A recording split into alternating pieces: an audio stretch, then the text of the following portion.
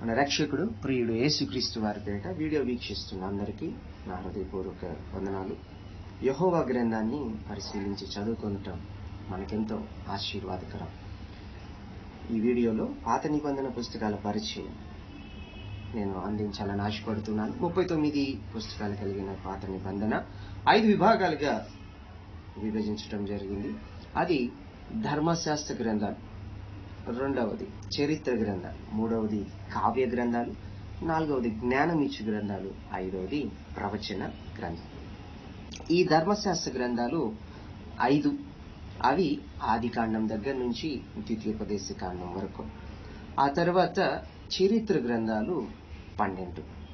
ఈ చరిత్ర గ్రంథాలను మరలా తిరిగి 3, 6, 3గా మొత్తం 12.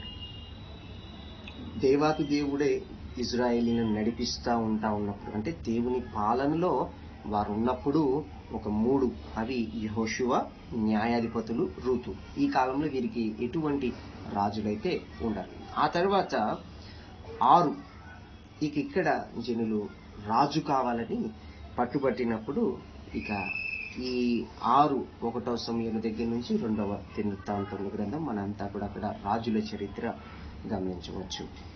ఇక చెర నివాస తర్వాత, అంటే చెర తర్వాత ఇది కొంచెం అర్థం అవ్వాలంటే నా తర్వాత వీడియోలో నేను ఇజ్రాయేలీలు ఎవరు, వారికి అసలు ఆ పేరు ఎలా వచ్చింది అనేది నేను క్లుప్తంగా మరొక వీడియోలో చెప్తాను.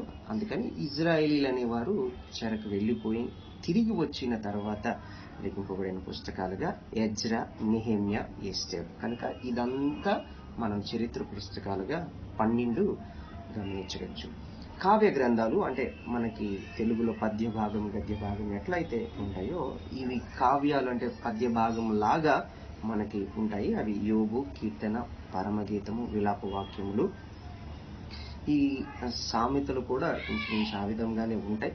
కానీ మనం వాటిని ఏం చేసాము అంటే 2 పుస్తకాలు, జ్ఞానమిచ్చు పుస్తకాలుగా, అంటే మనిషి నిరుత్సాహంలో ఉన్నప్పుడు కానీ, మనిషి అసలుకి ముందు కొంచెం తప్పు చేయకుండా ఉండటానికి, చేసినప్పుడు ఏం చేయటానికి, ఇలాగా మనిషి యొక్క జ్ఞానం పెంపొందించుకోవటానికి మనకి ఈ 2 పుస్తకాలుగా ఉపయోగపడతాయి. అవే జ్ఞానమిచ్చు గ్రంథాలు. సొలొమోన్ గారు వీటిని రచించడం జరిగింది. సామెతలు, ప్రసంగి.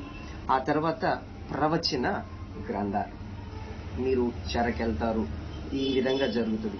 యేసు ప్రభు వారి గురించి కూడా యెషయా గారు, అనేక మంది ప్రవక్తలు ఎట్లయితే ప్రవచించారు, అంటే జరగబోయే విషయాలను మనం ప్రవచన గ్రంథాలుగా మనం చూస్తాము.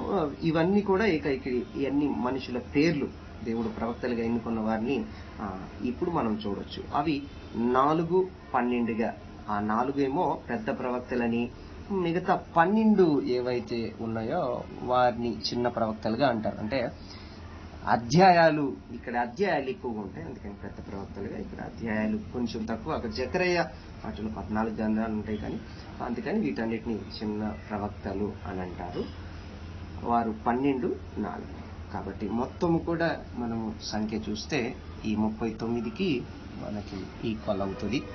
అదే ధర్మశాస్త్ర గ్రంథాలు 5, చరిత్ర గ్రంథాలు 12, కావ్య గ్రంథాలు 4, జ్ఞానమిచ్చు గ్రంథాలు 2, ఆ తర్వాత ప్రవచన గ్రంథాలు 16. మొత్తం కనుక మీరు గమనించినట్లయితే 17, 21, ఆ తర్వాత 23, 16, మొత్తం 39గా ఉన్నాయి.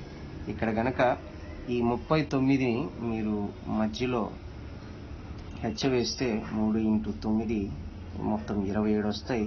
ఇవే కొత్త నిబంధన పుస్తకాల సంఖ్య. మరొక వీడియోలో నేను ఇజ్రాయేలీలు ఎవరు, వారికి ఆ పేరు ఎలా వచ్చింది అనేది మనం చూద్దాం. అందరికీ వందనాలు.